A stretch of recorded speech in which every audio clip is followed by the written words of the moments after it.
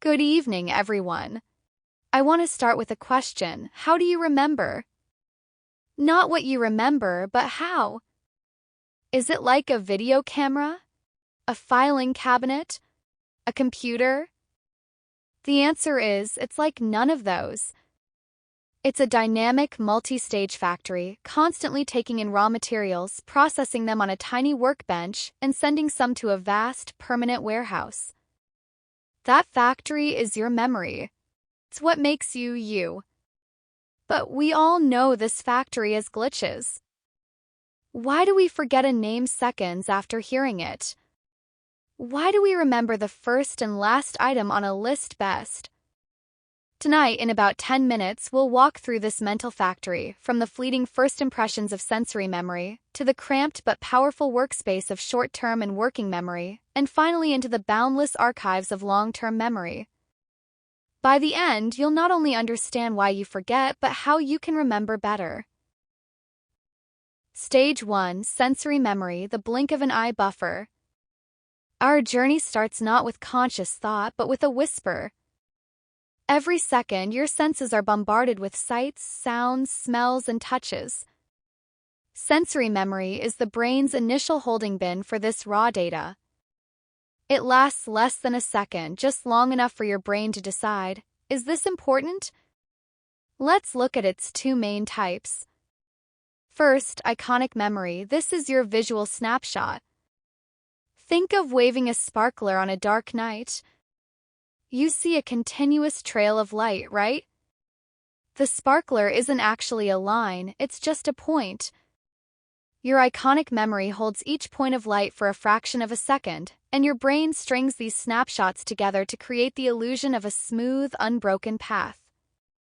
It's why we see movies as motion, not a rapid slideshow of still frames.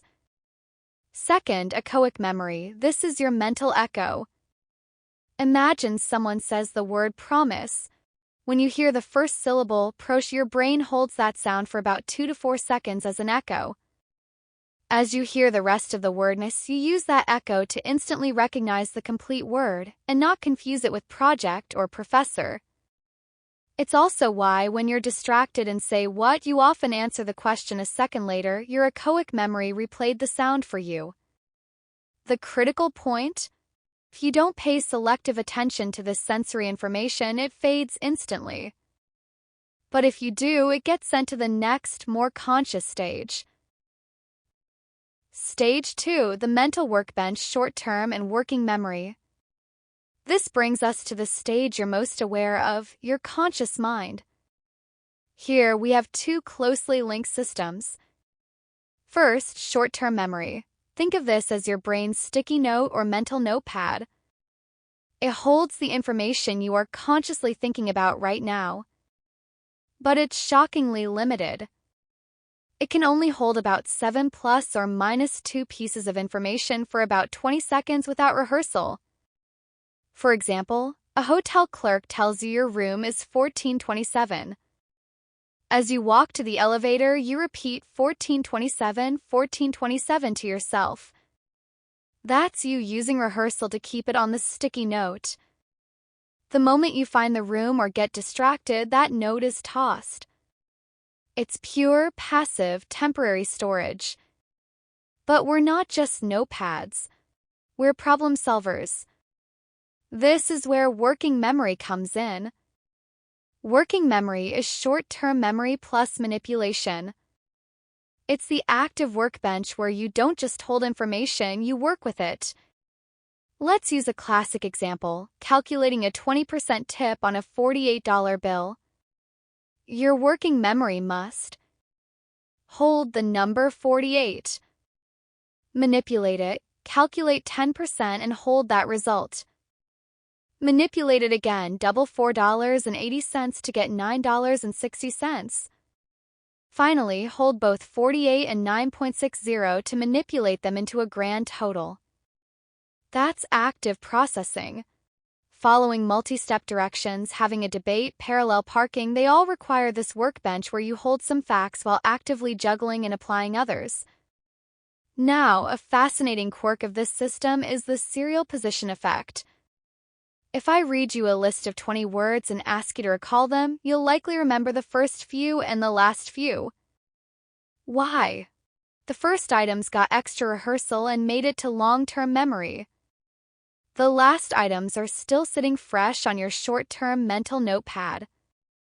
This happens everywhere, remembering sports matches, presidents, or items on a shopping list. Stage 3. The vast archive long-term memory. If working memory is the tiny active workbench, long-term memory is the colossal permanent warehouse. It has no known capacity limit. Memories here can last a lifetime without constant rehearsal. But it's not just one big room, it's a highly organized archive with different specialized sections. The first major division is between declarative memory, knowing that, and non-declarative or implicit memory, knowing how. Let's focus on declarative first. It has two key rooms, episodic memory and semantic memory. We have elaborated them in last lesson. Let's have a recall here. Episodic memory. This is your personal diary. It's for specific events from your life, the what, where, and when. Remembering your wedding day, the sights, sounds, and emotions. Recalling what you had for dinner last night and the conversation that went with it. This memory is vulnerable. It relies on brain regions that can be less efficient in childhood and older age. Semantic memory. This is your internal encyclopedia. It's for general knowledge and facts, untied from personal experience. Knowing that Paris is the capital of France. Understanding what a tool is.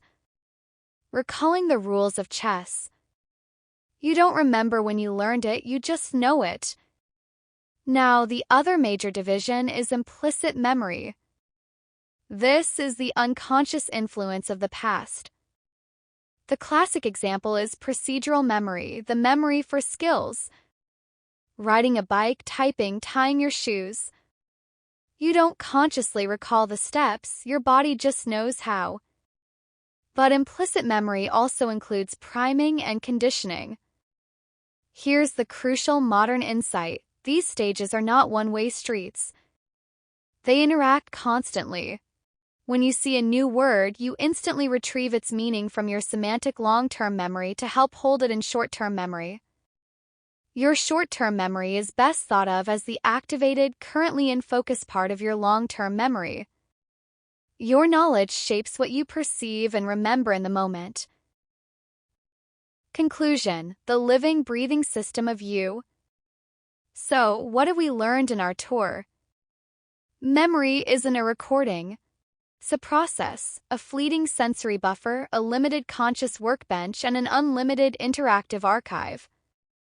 We've seen how the primacy and recency effects reveal the handoff between short-term memory and long-term memory. We've distinguished between holding a fact on the mental sticky note and actively calculating with it on the workbench. And we've explored the vast library of long-term memory with its personal diaries, encyclopedias, and unconscious skill manuals.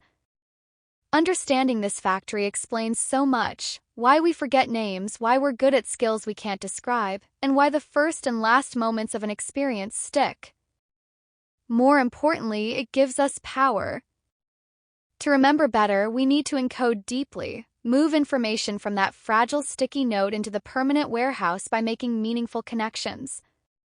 We need to chunk information to overcome the 7-item limit. We need to pay attention to move things from sensory fleeting to consciously held. Your memory is the living, breathing story of you. It's imperfect, but it's also adaptable, powerful, and uniquely human. Treat it with curiosity, understand its design, and you can work with it to learn, live, and remember more effectively. Thank you.